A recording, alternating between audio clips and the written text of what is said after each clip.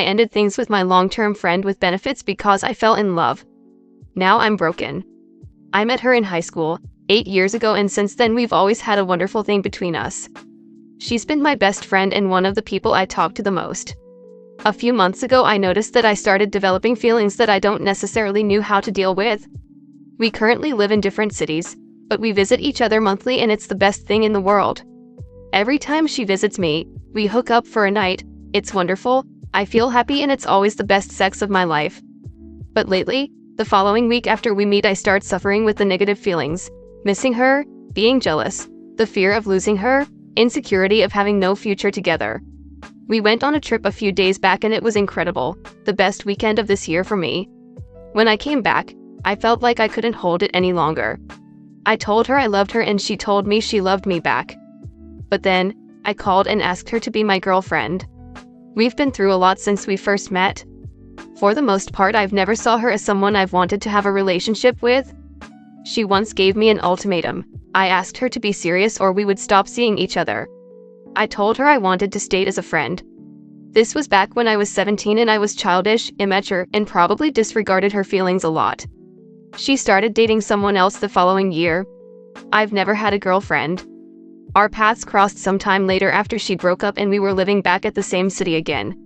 It didn't last long as she started college in another city and moved away, but we've been good friends non-stop since then. Our cities are 3 to 4 hours apart now, but we manage to see each other about once a month. Even during the pandemic, we kept chatting and exchanging nudes, but we've quarantined for 2 whole years and haven't met personally for all this time. I don't have a single bad memory about her, but I know I can't say the same. I've broke her heart many times. I remember planning to go on a trip for the New Year day with her, but I had to cancel it due to my financial problems. I wanted to be dead. It's the biggest regret of my life. I know I've disappointed her and this still hurt me to the bones. But I can't live in the past. She decided to forgive me and kept being my friend. And she always said that I was good for her and that what we had was very healthy.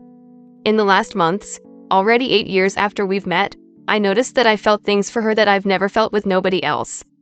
No one had treated me so good. She was the only woman that gave me real affection. There's no one other company that makes me feel so happy. I've tried to hide this feeling from her, and from myself.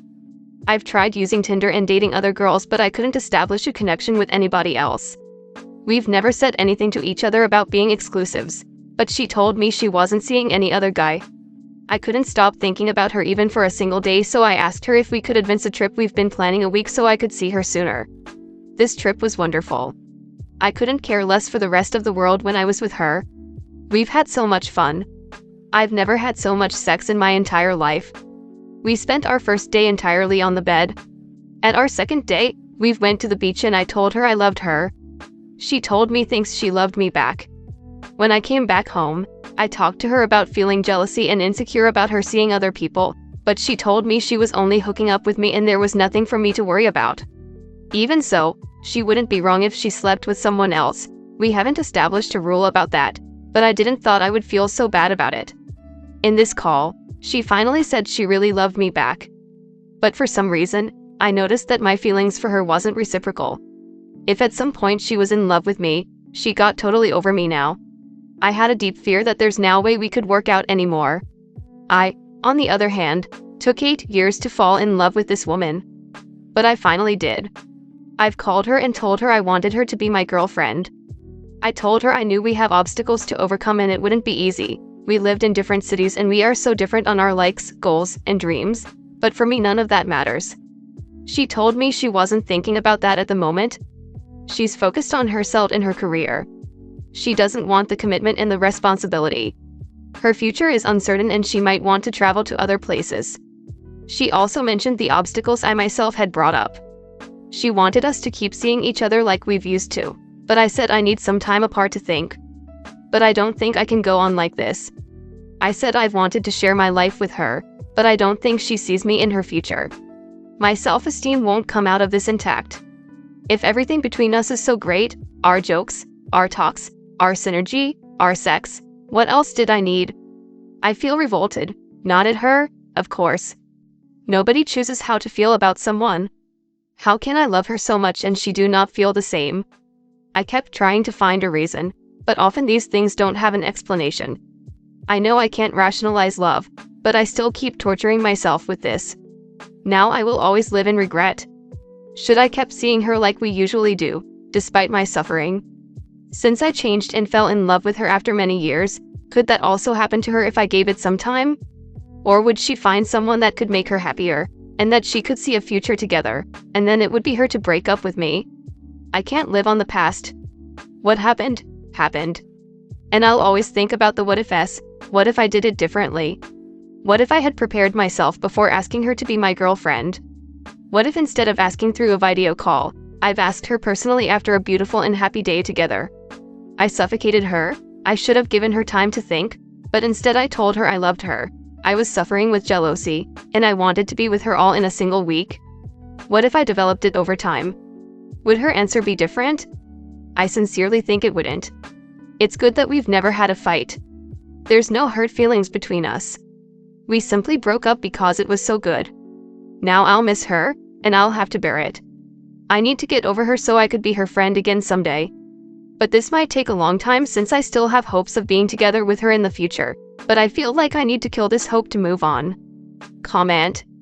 Not everything has to be on your time. You have pushed and pulled her too many times, and she can't trust that you mean what you say.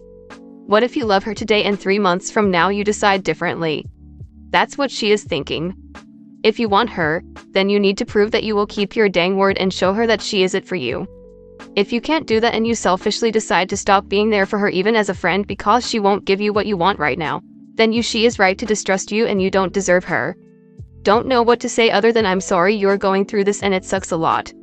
I'm glad you're respecting her answer and aren't looking to disregard her feelings and pursue her anyway. That's a very mature response.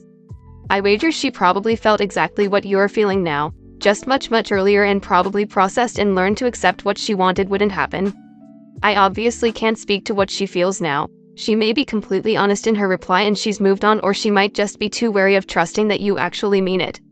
Regardless, it doesn't really matter since she's given you an answer. You're doing the best thing for yourself in maintaining distance and cutting off the FWB dynamic. Otherwise, you'd just continue to torture yourself. You also know now what a real and genuine connection feels like and will be able to recognize it sooner when you feel it with someone else. Try to look at the experience with gratitude for all the lessons you learned and the connection you made. It will help you in future relationships and in finding someone to be in a long-term commitment with. Also, a tub of ice cream and Bridget Jones' Diary marathon usually helps when this happens to me or my friends. 10/10. Highly recommend. Real life isn't like the movies. Pursuing a relationship with someone that's already said no is not endearing. It's creepy and scary, especially for women. Respect her answer and let her know if she changes her mind you are willing to revisit it if/when she's ready. Beyond that, leave it be and don't disregard what she's already told you. It doesn't feel romantic when a guy ignores what you've said or argues your feelings with you. It just makes them unattractive and threatening. Story 2. I wish I could scream this at your face. But I don't know who you are. I've searched for you on social media, feverishly scrolling and experimenting with different keywords, but nothing. I know I shouldn't be surprised, but I feel I deserve to know who you are so I could get the chance to tell you how vile and terrible of a person that you and your family are. In the fall of 2018 you, or your family, surrendered a 5-year-old dog to the Delaware Valley Golden Retriever Rescue in Pennsylvania. You called that dog Zoe, a red golden retriever with a pink nose and amber eyes. You saw this dog as a burden, a bad dog that hated going on walks, secluded herself in her crate for over 1-2 HRS a day, and peed all over your house, so much so you had to redo your basement. You surrendered Zoe and kept her sister. On the day you gave her away you cried while your husband was happy to be rid of her. This was the only good thing you ever did for Zoe. On November 18, 2018 my family adopted Zoe. We fell in love the moment we met her and christened her with the name Rosie. We learned so much about her so fast. We know what you did to her. Rosie cowered anytime we raised our hands to pet her. She feared all unfamiliar men, and she'd sneak away to hide from us any chance she got. But we were patient, we were kind, we were loving, we were everything to her that you never were. And we helped her get better. She learned to live a life without fear and abuse. She was our family. She was practically my sister and she was the best dog ever. You didn't know her at all. Rosie loved going on walks and catching tennis balls. She never once peed or pooped in the house. and she stopped living half her life inside of a crate the second she realized it was safe for her to live outside of it. All Rosie ever wanted in life was to be loved and to feel affection from the people she loved the most. And that's what my family strove every day to give her. Rosie died on November 16, 2023. A large tumor in her abdomen from an aggressive form of cancer ruptured, causing her to bleed internally. She died by euthanasia, surrounded by her entire family loving her and petting her and soothing her on her transition into the next life. In my anger over her loss, I am choosing to direct it at you. You, the abuser my precious Rosie knew for half of her life. Half of her spectacular life was wasted on worthless, despicable people like you and your family. She deserved so much more. She was a phenomenal, kind, gentle, gorgeous dog who loved anyone that ever gave her love. You didn't deserve to breathe the same goddamn air. I hope, I pray, that you or someone you know sees this. I hope people know what kind of person you are to defenseless animals. I hope you are never given the privilege of owning another animal for as long as you and your entire family lives. I want you to know that I hate you, and Rosie forgot all about you the second she was welcomed into our home and family. I hope I get to know who you are one day. I hope I get to scream in your face that you made exactly one good action in your life, surrendering my dog. And for everything else you've ever done, you deserve to burn in hell. Edit, for the despicable individuals that are claiming I am making assumptions about her abuse. Rosie had bone displacement resulting in arthritis from all the beatings and spending 12 hours a day in a cage. Her health was severely neglected. She had fleas and worms and she wasn't spayed till she was surrendered to the rescue, which caused many health problems in her later years. It's possible she was forced to breed puppies, but we don't know for sure. And her actual vet diagnosed her with PTSD. Once during a walk, my sister wanted to see if she still remembered her old name and called her Zoe. Every muscle in her body tensed. She held her head low and for the rest of her walk she became a different dog. She experienced a literal PTSD flashback after hearing her former name. Comment?